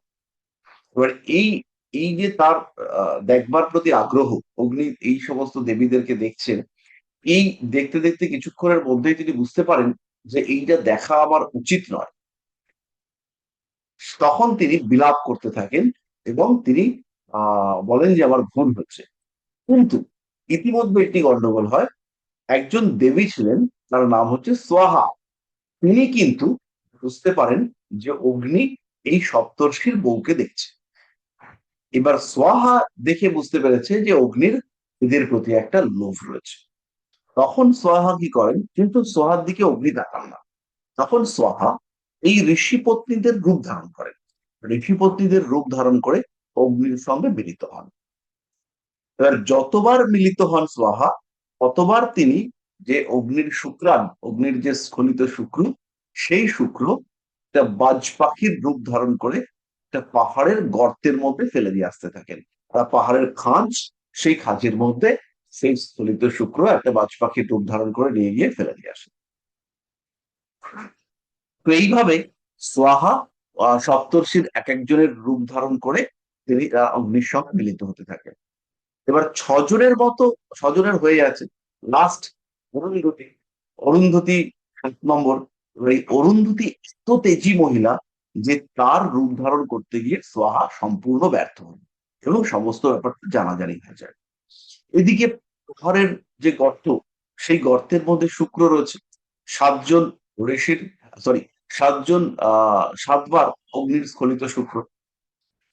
এই 7 বার, 7 বার নয়, 6 বার, 6 বার স্খলিত শুক্রর কারণে সন্তানের জন্ম হয়। তার মাথা হয় 6টা। এবার এই 6 মুখ যুক্ত এই সন্তান, এর নাম দেওয়া হয় স্কন্দ। ঠিক এই সময় আরেকটা ঘটনা ঘটতে থাকে। সেটা হচ্ছে তারক নামে একটা অসুর, সে ভয়ঙ্কর হয়ে ওঠে। এবং একমাত্র ইয়ে ছিল, একমাত্র কথা ছিল যে কেবলমাত্র 7 দিন বয়সের কোন শিশু এই তারকাসুরকে নিহত করতে পারে। এবং 7 দিন বয়সের শিশু, সে তো কিছুই করতে পারবে না। তো এই বর তাকে অবদ্ধ করে তোলে, সে কিছুতেই মরবে না। এবার সকল দেবতা এই সময় কোনো একটা অভিশাপে, কোনো এক ঋষির অভিশাপে তারা সন্তান ধারণে ব্যর্থ হন, যে কোনো দেবতার এই সময় সন্তান হবে না। এবার এই সময় শিব, ভগবান শিব তার শুক্র স্খলন করে। ভগবান শিব দেবতাদের তীব্র অনুরোধে তার শুক্র স্খলন করে, এবং এই স্খলিত শুক্র পৃথিবীতে পড়বার পরে ভয়ঙ্কর আন্দোলন শুরু হয়। একদম সমস্ত কিছু উতাল পাতাল হতে শুরু করে, কারণ পৃথিবীর ক্ষমতা ছিল না শিবের শুক্রকে ধারণ করা। তখন এই শুক্রের যে তেজ কে অগ্নি নিজের শিখায় ধারণ করেন, এবং শুক্রের এই যে, সরি, অগ্নির এই যে তেজ, অর্থাৎ শিবের শুক্রের এই তেজ, এই তেজ যুক্ত বীর্য বা শুক্র, সেটাই সোহা নিয়ে গিয়ে হাড়ের গর্তের মধ্যে ফেলে। ফলে এই যে শিশু স্কন্দ, তিনি প্রকৃতপক্ষে শিবের তেজেই জন্ম হওয়া একজন বালক। তো এই আহ এইভাবে স্কন্দের জন্ম হয়। আর পর্বত, যে পর্বতের মধ্যে ওরা ওই শুক্রকে ফেলে হয়ে রাখা হয়েছিল, সেই পর্বতকে কর্তন করে, পর্বতকে ভেঙে খন্ড খন্ড করে সেখান থেকে কার্তিক বেরিয়ে আসে। সপ্তর্ষির 6 পত্নী এই সন্তানকে শান্ত করেন এবং 7 দিন বয়স হওয়ার পরে এই শিশু সে তারকাসুরকে হত্যা করে। তো এই যে বিশাল কাহিনী, এইটা হচ্ছে গিয়ে কৃতিকা নক্ষত্রের সঙ্গে কানেক্টেড। তাহলে এখানে কি রয়েছে? এখানে পিওরিন রয়েছে, এখানে কি রয়েছে? বিলাপ রয়েছে, অর্থাৎ অনুশোচনা। এই শব্দটা কৃতিকা নক্ষত্রের সঙ্গে রয়েছে। কৃতিকা শব্দের সঙ্গে রয়েছে কাট, কেটে ফেলে, বিচ্ছিন্ন করে দেওয়া।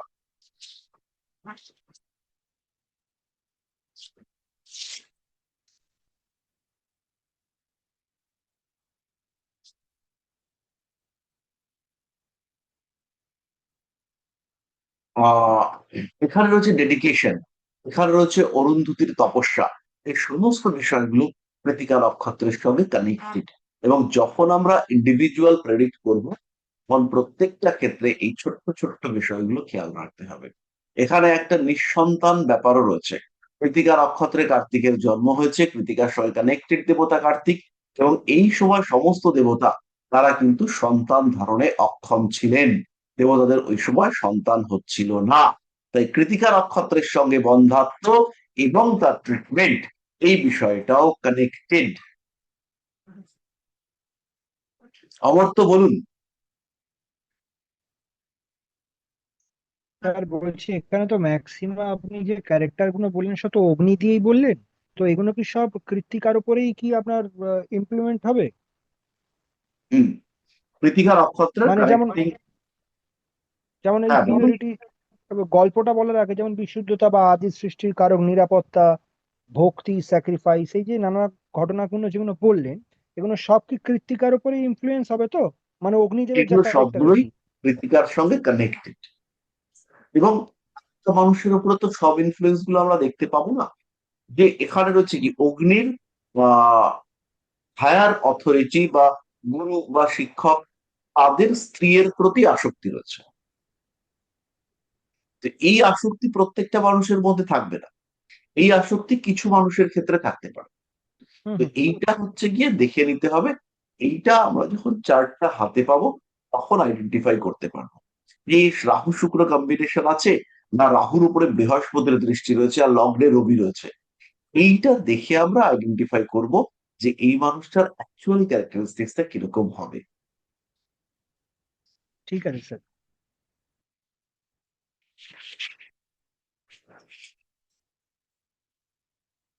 তো যাই হোক, কৃতিকা নক্ষত্র সম্পর্কে আমরা খানিকটা জানলাম। আর একটা আমাদের কোশ্চেন ছিল।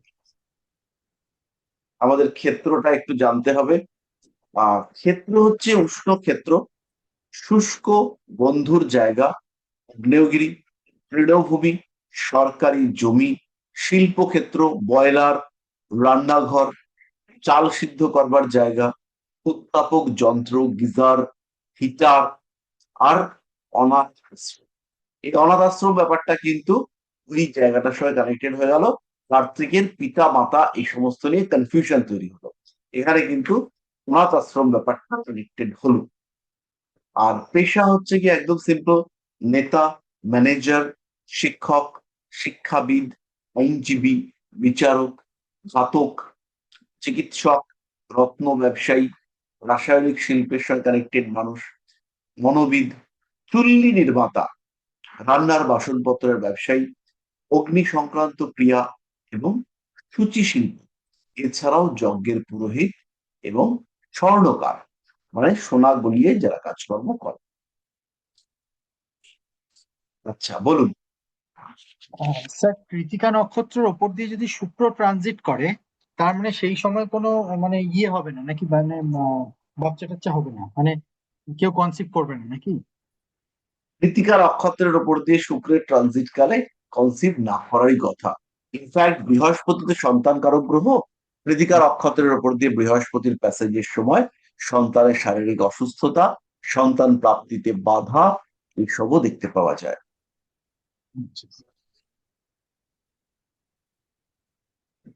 Thank you. তাহলে কাটাকাটি হলো, সন্তানের জন্ম হলো, অ্যাম্বিলিকাল কর্ড কেটে দেওয়া হলো। এবার দরকার একটা কোন, এবার দরকার মা বা মাসি, যিনি আর কি আমাকে মানুষ করে তুলবেন। তাহলে তখন চলে এলো রোহিণী। রোহিণী শব্দের অর্থ হচ্ছে আরোগ্যদাত্রী। আবার আরোহণ, কন্টিনিউয়াস গ্রোথ, লিফটমেন্ট, এই বিষয়টার সঙ্গেও কিন্তু রোহিণী কানেক্টেড। রোহিত, এই শব্দটা হচ্ছে গিয়ে ইন্ডিকেট করে লাল।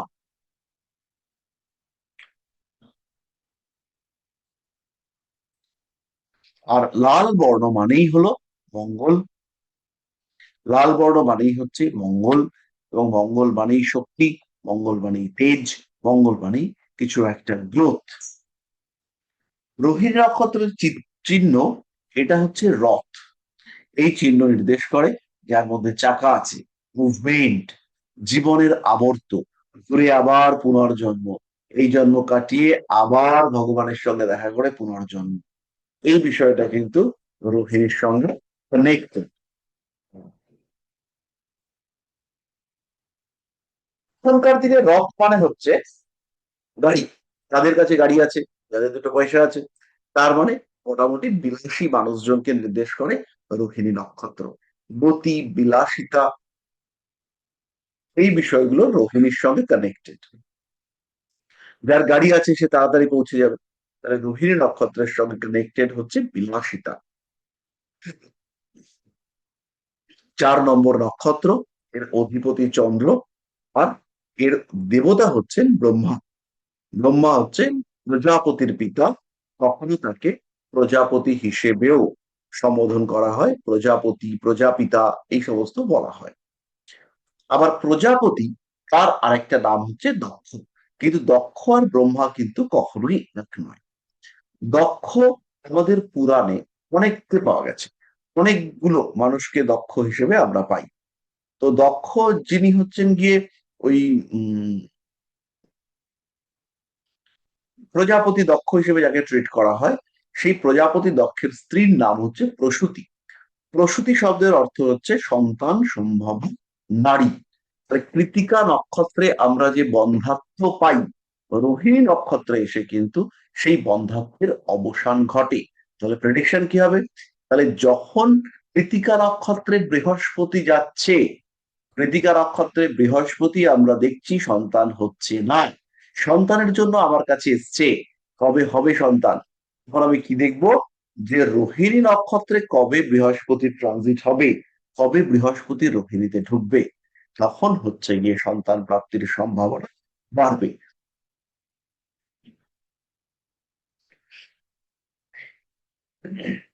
এবার হচ্ছে ব্রহ্মা। ব্রহ্মা কেমন লোক?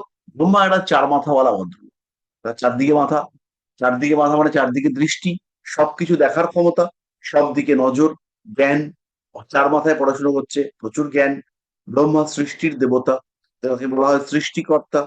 তার সঙ্গে সঙ্গে রোহিণী নির্দেশ করে সৃষ্টি।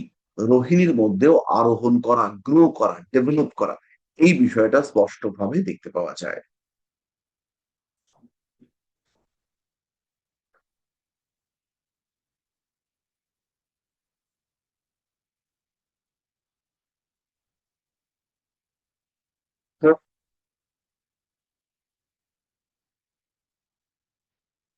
রোহিণী নক্ষত্রের সঙ্গে কানেক্টেড বৈদিক কাহিনী খুব খুব জনপ্রিয়, সেটা হচ্ছে প্রজাপতি দক্ষের 33 কন্যা, তাদের সঙ্গে তিনি চন্দ্রের বিবাহ দেন। একটা লোকের সঙ্গে সবাই বিয়ে দিয়ে দিচ্ছে, মেয়ের আমার বাড়িতেই থাকবে, মাঝে মাঝে জামাই আসবে, কারণ কোনো ইয়ে নেই, কথা নেই। আগেকার দিনে বহু বিবাহ প্রচলিত ছিল। বলে দেওয়া হলো যে দেখো ভাই, তোমার সাথে বিয়ে দিয়ে দিলাম, বেশি জ্বালিও না আমার বাচ্চা কাচ্চাকে, ওরা এখানেই থাকবে, তুমি মাঝে মাঝে এসো, তখন বিদায় হও। এইটা ছিল তখনকার সিস্টেম। তো চন্দ্রের সঙ্গে এই 33 জন মানুষের বা 33 জন নক্ষত্র বা 33 জন কন্যার বিবাহ হওয়া সত্ত্বেও চন্দ্রের দেখতে পাওয়া যায় রোহিণীর প্রতি অ্যাট্রাকশন অনেক বেশি। রোহিণী রোমান্টিক, রোহিণী ভীষণ কেয়ারিং, তাই অ্যাট্রাকশন বেশি। তো এইবার দক্ষ একদিন চন্দ্রকে ডেকে বলে, দেখো তুমি কিন্তু এটা ঠিক করছো না, তুমি সবাইকেই কিছু কিছু করে সময় দাও।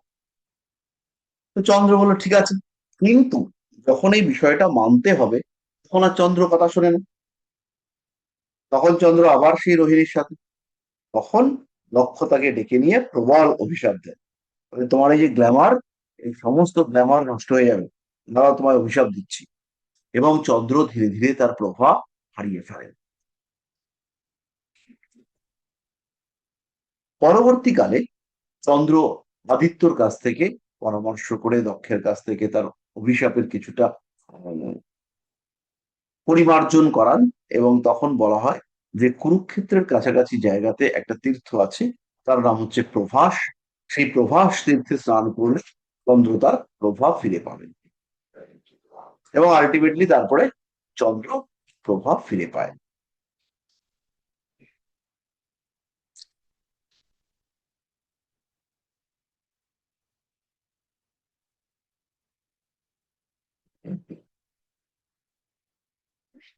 এবার ব্রহ্মার সঙ্গে কানেক্টেড আরেকটা গল্প আছে। রোহিণী নক্ষত্রের দেবতা তিনি তো ব্রহ্মা, তিনি হচ্ছেন অজ। অজ মানে হচ্ছে যার জন্ম প্রথাগতভাবে হয়, মানে আহ পুরুষ স্ত্রী, পুরুষ শক্তি এবং স্ত্রী শক্তির মিলনে যে সন্তানের জন্ম হবে, কিন্তু হয়নি। পরম পুরুষ, যিনি হচ্ছেন গিয়ে প্রথম পুরুষ বলা হয়, তিনি হচ্ছেন গিয়ে যখন স্নান করছিলেন, তখন সেই অমৃত সাগরে প্রচুর বুদ্বুদ সৃষ্টি হয়, এবং এই বুদ্বুদ থেকে অসংখ্য স্বর্ণময় ডিম্ব সৃষ্টি হয়। তো এই ডিম্বগুলো বিভিন্ন জায়গায় ছড়িয়ে পড়ে, তার মধ্যে কিছু ডিম্ব এই পরম পুরুষের নাভিতে গিয়ে পড়ে। এবার এই যে নাভি, এখান থেকে একটি পদ্ম সৃষ্টি হয়। যখন দেখা যায় যে এই পদ্মটা প্রস্ফুটিত হয়েছে, তখন তার মধ্যে একজন পুরুষ মানুষকে পাওয়া যায়, যার মধ্যে, যার মাথা রয়েছে পাঁচটা, এবং যে মানুষটা আহ তিনি হচ্ছেন ব্রহ্মা, যার পাঁচটা মাথা। তো ব্রহ্মা তার সৃষ্টির উদ্দেশ্য সম্পর্কে কিছুই জানতেন না, কেন তার জন্ম, কেন তার উৎপত্তি। তখন তিনি কি করেন, তিনি পদ্মের বৃন্ত মানে বোটা ধরে নিচের দিকে নামতে শুরু করেন, তীব্রভাবে তিনি নামতে শুরু করেন। কিন্তু সেই পদ্মের বোটার তো কোনো শেষ নেই। তো তিনি এই শেষ খুঁজে না পেয়ে তখন বিষ্ণুর শরণাপন্ন হন, এবং তখন ভগবান বিষ্ণু তাকে এক জায়গায় স্থির হয়ে তপস্যা করতে বলেন। তাহলে এবার ব্রহ্মাকে বিষ্ণু বা পরম পুরুষ তার সৃষ্টির উদ্দেশ্যটা বোঝান, যে তোমার জন্ম হয়েছে এবং তোমার নাম দিলাম সৃষ্টিকর্তা। এবার সৃষ্টি করবে কি দিয়ে? সৃষ্টি করতে গেলে তো পরাশক্তির সাথে অপরাশক্তি লাগবে, পুরুষের সঙ্গে তো স্ত্রী লাগবে, পুরুষ এবং স্ত্রীর মিলনেই তো সৃষ্টি হবে। তখন ওর তো সহধর্মিণী নেই, ও তো একা। ও কি করবে? তখন তিনি দেবী সরস্বতীর সৃষ্টি করেন। তাহলে এই সরস্বতীর সঙ্গে সৃষ্টি করায়, তিনি সরস্বতীকে সৃষ্টি করবার ফলে তার কন্যা হন সরস্বতী। তখন সন্তান বা সৃষ্টি তৈরি করবার জন্য তিনি দেবী সরস্বতীর সাথে মিলিত হতে চান, তখন তিনি বাধা প্রাপ্ত হন। ভীষণভাবে লজ্জিত হন ব্রহ্মা, এবং এই লজ্জিত হওয়া অবস্থা থেকে তিনি এক মহাজাগতিক কুয়াশা তৈরি করেন। এইসব আমাদের যেসব সুপারনোভা টোভা বলা হয় না, এইগুলো হচ্ছে সেই মহাজাগতিক কুয়াশা। আবার এই ক্ষেত্রে আর একটা কাহিনী রয়েছে। ব্রহ্মা যখন সরস্বতীর সাথে মিলিত হওয়ার চেষ্টা করেন, এই যে কন্যা, ব্রহ্মার কন্যা, এখানে তার নাম হচ্ছে সরস্বতীর সাথে সাথে আর একটা নাম আছে, সেটা হচ্ছে শতরূপা। তিনি যখন এই শতরূপার সাথে ঘনিষ্ঠ হওয়ার চেষ্টা করেন, কারণ তাকে তো সৃষ্টি করতে হবে, তখন ভগবান শিব প্রচন্ড ক্রুদ্ধ হয়ে ওঠেন। ভগবান শিবকে ব্রহ্মা অস্বীকার করেন। এই অস্বীকার শিবকে প্রচন্ড ক্রুদ্ধ করে তোলে। তখন ভগবান শিব কাল ভৈরবের সৃষ্টি করেন। কাল ভৈরব হচ্ছে প্রথম ভৈরব। তো কাল ভৈরব তার বাহন নিয়ে, তার বাহন হচ্ছে কুকুর, সেই কুকুর নিয়ে তিনি ব্রহ্মাকে এসে ঠান্ডা করেন। ঠান্ডা করেন কিভাবে? বাঁ হাতের কড়ে আঙ্গুল দিয়ে ব্রহ্মাকে খোঁচা দিয়ে দেন। এই একটি খোঁচায় ব্রহ্মার একটি মাথা খসে পড়ে যায়। তো তখন ভগবান ব্রহ্মা তিনি বুঝতে পারেন যে আমি এখনো শিবের কাছে ঠান্ডা হয়ে থাকি, অশান্তি করার আমার দরকার নেই। এবং তিনি উপলব্ধি করেন যে ভগবান শিব তিনি তার মহত্ব নিয়ে বিচরণ করছেন।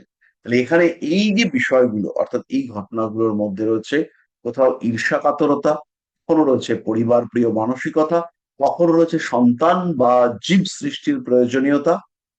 এই সমস্ত বিষয়, সেগুলো কিন্তু রোহিণীর সঙ্গে কানেক্টেড। রোহিণী নক্ষত্রের অ্যাক্টিভেশন এজ 11, 24, 29, 36, এবং 63। রোহিণী নক্ষত্রের দিক হচ্ছে উত্তর পূর্ব, তার অঙ্গ হচ্ছে কপাল। রোহিণী নক্ষত্রের যে স্পেস সেটা হচ্ছে কপাল, চিহ্ন হলো রথ। আরো একবার মনে করিয়ে দিই, রোহিণীর পুরুষার্থ এটা হচ্ছে মোক্ষ। রোহিণীর যে দশা বা কার্যকলাপ সেটা ব্রহ্মার সঙ্গে সম্পর্কিত, অর্থাৎ সৃষ্টি। রোহিণীর বৃক্ষ গাছ এটা হচ্ছে জাম গাছ। আর পার্থিব নির্দেশক সেটা হচ্ছে ভেষজ দ্রব্য। রোহিণী নক্ষত্র অত্যন্ত শুভ নক্ষত্র এবং এই নক্ষত্রে প্রচুর কাজ করা যায়। তার মধ্যে রয়েছে নৌকো যাত্রা, বস্ত্র পরিধান, বীজ বপন, সরকারি কাজকর্ম, নির্মাণ আরম্ভ, প্রার্থনা, বৃক্ষরোপণ, ক্রয় বাণিজ্য, উৎখনন, নৃত্যশিল্প বা নৃত্যশিক্ষা, কৃষিকার্য, বমন এবং গৃহপ্রবেশ।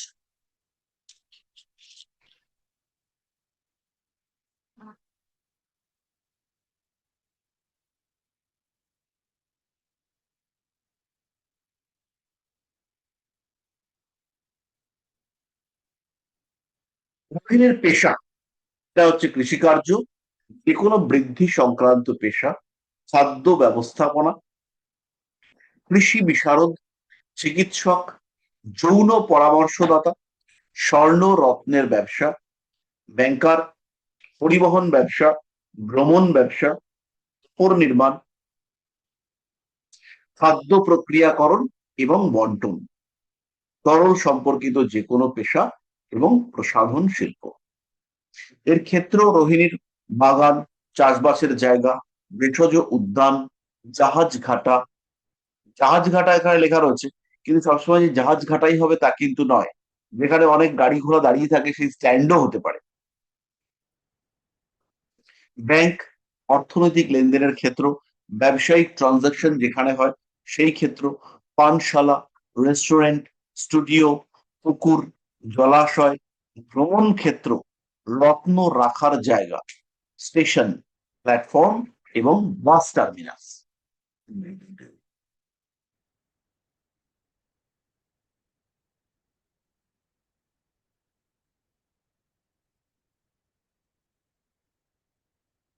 এবার কিছু প্রেডিক্টিভ টেকনিক রয়েছে, এই প্রেডিক্টিভ টেকনিকটা একটু বড়ই। তার মধ্যে প্রথম রয়েছে প্রেম, ভালোবাসা ইত্যাদি ক্ষেত্রে পীড়িত হওয়া, নিজের থেকে লো কোয়ালিটির মানুষকে আপন করে নেওয়ার চেষ্টা করা, ভ্রমণ প্রিয় মানসিকতা, বারবার পরিবর্তনের প্রচেষ্টা, জ্যোতিষ শাস্ত্রের প্রতি আসক্তি এদের ক্ষেত্রে থাকে, সেটা রোহিণীর ক্ষেত্রে আমরা দেখতে পাই। চিত্র, ফ্যাশন এই বিষয়গুলো আমরা রোহিণীর ক্ষেত্রে দেখতে পাই।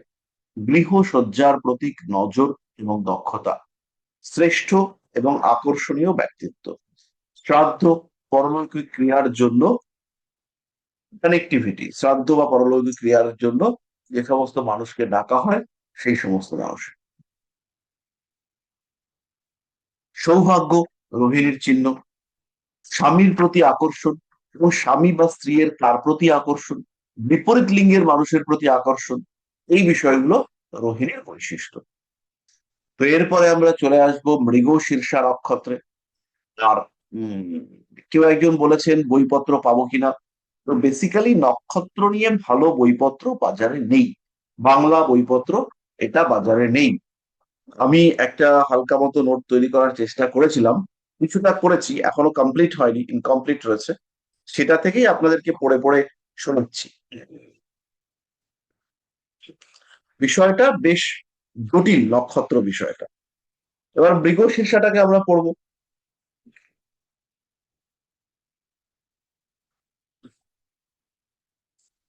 খেয়াল রাখবেন আমাদের যত মাস আছে এই মাসগুলো কিন্তু সমস্ত নক্ষত্রদের নামে নামে। যেমন অঘ্রাণ মাস, অঘ্রাণ মাসের আরেকটা নাম হচ্ছে মার্গশীর্ষ মাস। তো এই মার্গশীর্ষ মাসটা মৃগশিরা নক্ষত্রের সঙ্গে কানেক্টেড। তো মৃগ অর্থাৎ হরিণ এবং শীর অর্থাৎ শীর্ষ, তাহলে হরিণের মাথা, যেখানে হরিণের মাথা খণ্ড করে দেওয়া যাচ্ছে সেটা হচ্ছে মৃগশীর্ষা। এই মৃগশীর্ষার সঙ্গে মৃগয়া অর্থাৎ হরিণ শিকার বা প্রাণী শিকার, এই বিষয়টা কানেক্টেড। রাজা গজা তারা করতেন কি, আনন্দ উপভোগ করবার জন্য মৃগয়া করতেন। তাহলে এই যে মৃগয়া করা, এটা হচ্ছে গিয়ে বিনোদনের সঙ্গে কানেক্ট। মৃগশিরা নক্ষত্রের অধিপতি দেবতা হচ্ছেন চন্দ্র, চন্দ্র বা সোম। তাহলে তার কাছে কি রয়েছে, তার ক্ষেত্রে রয়েছে, তার কাছে রয়েছে সোমরস, কেমিক্যালস, মদ্যপান, পুষ্টি। এবং চন্দ্রই হচ্ছে আমাদের পুষ্টি, বৃদ্ধি ইত্যাদির দেবতা। তাহলে চন্দ্র পুষ্টি, বৃদ্ধি, সুস্থতা, যত্ন, শস্য, ভেষজ, এই বিষয়গুলো কানেক্টেড।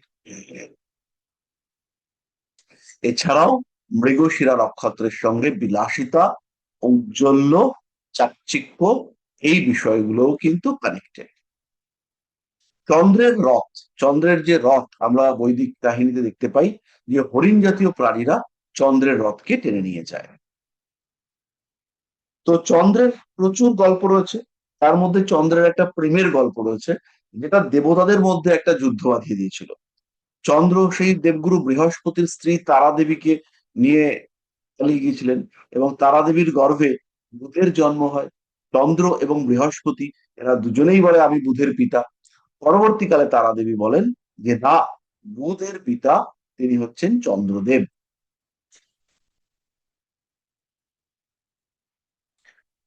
মৃগশিরা নক্ষত্রের সঙ্গে মারিচ বধ, এই বিষয়টা কিন্তু কানেক্টেড। দেবী সীতা একটি হরিণকে দেখে বলেন যে ওই হরিণটা আমার চাই। তখন ভগবান শ্রীরাম তিনি হরিণটিকে তাড়া করেন, এবং হরিণটা অনেক দৌড়ায় প্রাণ ভিক্ষা, প্রাণ বাঁচানোর জন্য অনেক দৌড়ায়, অনেক দৌড়ায়, অনেক দৌড়ায়, কিন্তু সে নিজের প্রাণ রক্ষা করতে পারে না। কিন্তু সে তার প্রভুর উদ্দেশ্য সিদ্ধ করে, এবং এই প্রভুর উদ্দেশ্য, রাবণের উদ্দেশ্য সিদ্ধ করবার জন্য সে কিন্তু জানে যে রাম আমাকে ছাড়বে না, শ্রীরামের সামনে যাই বা না যাই, শ্রীরাম আমাকে মারবেই।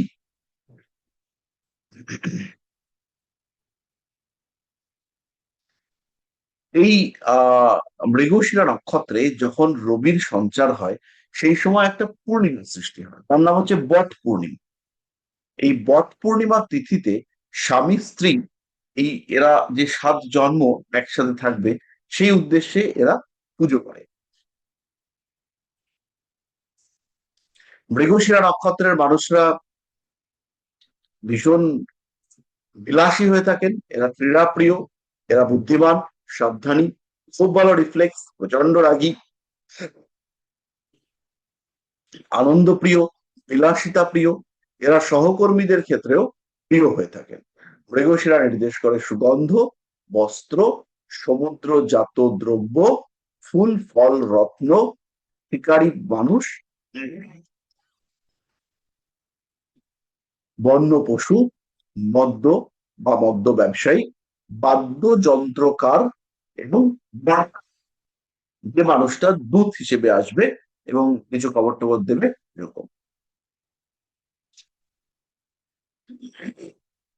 এখানে একটা পৌরাণিক কাহিনী রয়েছে। প্রজাপতি ব্রহ্মা একবার তার কন্যার প্রতি আসক্ত হয়ে পড়েন, এবং এই কন্যাটি হচ্ছেন উষা। তখন যখন উষার প্রতি তিনি কামাবিষ্ট হয়ে পড়েন, তখন উষা বা শতরূপা, তখন হচ্ছে গিয়ে উষা একটা হরিণের রূপ নিয়ে পালিয়ে যায়। তখন ব্রহ্মা, তাকে তো সৃষ্টি করতেই হবে, তখন তিনি একটি পুরুষ হরিণের রূপ ধারণ করেন, এবং সেই মেয়ে হরিণকে তাড়া করতে শুরু করেন। ভগবান রুদ্র, পশুপতি শিব এই ঘটনাটা দেখতে পান এবং প্রচন্ড ক্রুদ্ধ হয়ে পড়েন। তখন তিনি হরিণের মস্তক ছিন্ন করেন, এবং এই ছিন্ন হয়ে যাওয়া মস্তক, সেটাই মৃগশিরা নক্ষত্রে পরিণত হয়।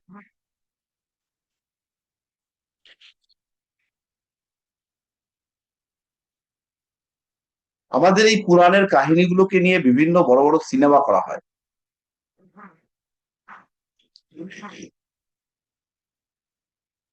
এদের যেটা বেসিক চারিত্রিক বৈশিষ্ট্য, এরা আনন্দ প্রিয়, এরা সবসময় রেগে যায় না, শান্ত প্রকৃতি, কিন্তু রেগে গেলে ভয়ঙ্কর। দাম্পত্য বা বহুমুখী প্রেম, এটা এদের বৈশিষ্ট্য। দয়া এদের ক্ষেত্রে দেখতে পাওয়া যায়। প্রচুর অভিজ্ঞতা সম্পন্ন, অতি সক্রিয়, বা বিশেষ কোনো কাজে বিশেষ দক্ষতা, কোনো একটা বিশেষ কাজ যেটা অন্য লোক করতে পারে না, বাট এই লোকটা করতেন। এই নক্ষত্রের আরেকটা বৈশিষ্ট্য হচ্ছে ইনকমপ্লিটনেস। এসে যদি প্রশ্ন করে যে আমি কি চাকরি পাবো, আমি তো খুব পড়াশোনা করছি, তো উত্তর হচ্ছে যদি শেষ পর্যন্ত এই পড়াশোনাটা ধরে রাখতে পারো তাহলে চাকরি পাবে, আদারওয়াইজ পাবে না।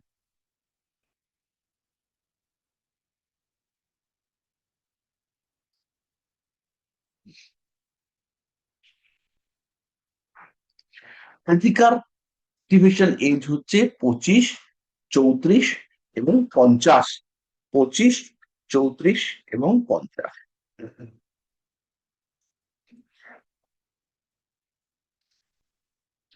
মৃগশিরা নক্ষত্রে যে সমস্ত ক্রিয়া করা যেতে পারে: ভ্রমণ, গৃহারম্ভ, বৃক্ষরোপণ, বাণিজ্য, খনন, নৃত্য, শিক্ষা, কর্মের পরিবর্তন, বিনিয়োগ, ইনভেস্টমেন্ট, ফল কর্ষণ, মাটি কাটা, বীজ বপন, বপন, স্ত্রী শ্রীমক্ষণ এবং গৃহপ্রবেশ। মৃগশিরা মোটামুটি শুভ নক্ষত্র হিসেবে ট্রিট করা যেতে পারে। মৃগশিরা নক্ষত্রের পেশা হচ্ছে শিল্প, গান বাজনা, ছবি আঁকা, আর্টিস্টিক কাজকর্ম, কবিতা লেখা, ভাষা সম্পর্কে ডিসকাশন করা, প্রেম, সাহিত্য সম্পর্কিত আলোচনা, চিন্তা বা চিন্তাবিদ, ডিটেইল গবেষণা, রত্ন ব্যবসায়ী, ভূবিদ্যা বা ভূ সম্পর্কে গবেষণা, এই সমস্তই হচ্ছে আমরা দেখতে পাই মৃগশিরার ক্ষেত্রে। আরো কিছু পেশা রয়েছে, যেমন ফ্যাশন ডিজাইনার। মৃগশিরার ফ্যাশন সেন্স এটা ভীষণ ভালো। সেলসম্যান, পশু চিকিৎসক, বিজ্ঞাপনদাতা, প্রশাসক, কৃষিজীবী, ভ্রমণকারী, জ্যোতিষ চর্চাকারী, মনোবিদ,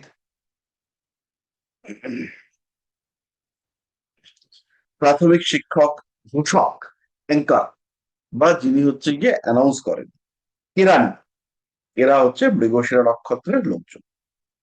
মৃগশিরার ক্ষেত্র হচ্ছে বন জঙ্গল, মাঠ, বাগান, গ্রাম, ছোট শহর, শিশু শিক্ষা কেন্দ্র, প্রমোদ কক্ষ, সিনেমা হল, বিলাসিতার ক্ষেত্র, বিনোদন ক্ষেত্র, পথ রাস্তা, স্টুডিও, বিক্রয় কেন্দ্র, জ্যোতিষ শিক্ষা কেন্দ্র, মনস্তাত্ত্বিক চিকিৎসা কেন্দ্র।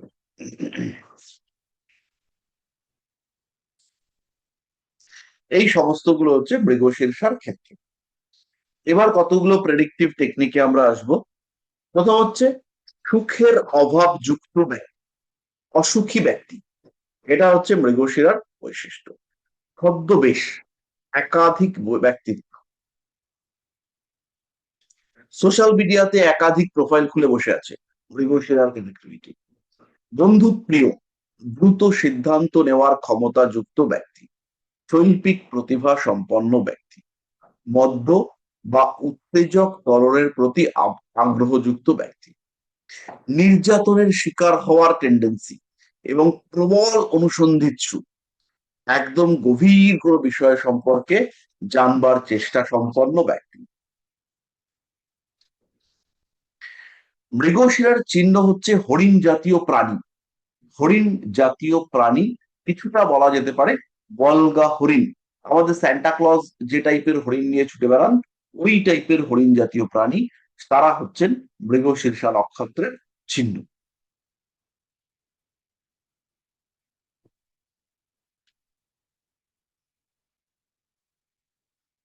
আর আমরা মোটামুটি মৃগশিরা নক্ষত্র সম্পর্কে পড়ে ফেললাম। আমাদের আজকের যা টার্গেট ছিল, 4টে নক্ষত্র সম্পর্কে জানা, সেটা আমরা জানতে পারলাম। এবার এই প্রত্যেক বৈদিক কাহিনী, এই কাহিনীগুলোর মধ্যে কিছু হিন্ট লুকিয়ে আছে যেগুলো আমাদের জীবনের সাথে কানেক্টেড। তো তার যদি দুই একটাকে আইডেন্টিফাই করতে পারেন, তাহলে আপনার যে নলেজ লেভেল, সেটা একটা আলাদা মাত্রায় গিয়ে পৌঁছবে। তো আজকে আমাদের পড়াশোনা এই পর্যন্তই থাক।